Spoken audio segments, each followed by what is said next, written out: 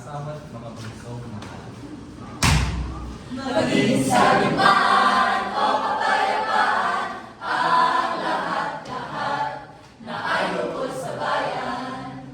Kaming Pilipino'y laging magbabantay dahilan sa Kanya.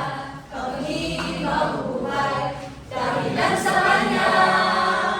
Kami mamamatay.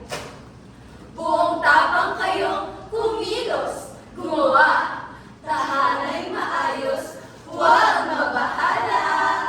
Asawang matapat ang nag-aalaga. Sa isip ng anak ay pinupula ang hinihinang tulong, ang magandang hasa't pag-ibig, pag-ibig sa ating tinubuang lupa. Pag-ibig gabi, maraming na tayo. Sumabaybay naman ang magandang palad. Kung sakaling sa internet mo sa wikiro, kami ang gagawa. Kami yung inyong kabiyak. Maging sagipaan o kapayapaan ang lahat-lahat na ay lukod sa bayan. Kaming Pilipino'y laging magbabantay dahilan sa Kanya. Kami mabubuhay dahilan sa Kanya. Kami mamamatay. Mabuhay! Mabuhay! Mabuhay! Pagawa'y purihin! Purihin ang lakas at yaman ng bayan. Itaas ang loob sa isalubungin. Pagawa ang inyong lakas. Lubog! Buhay!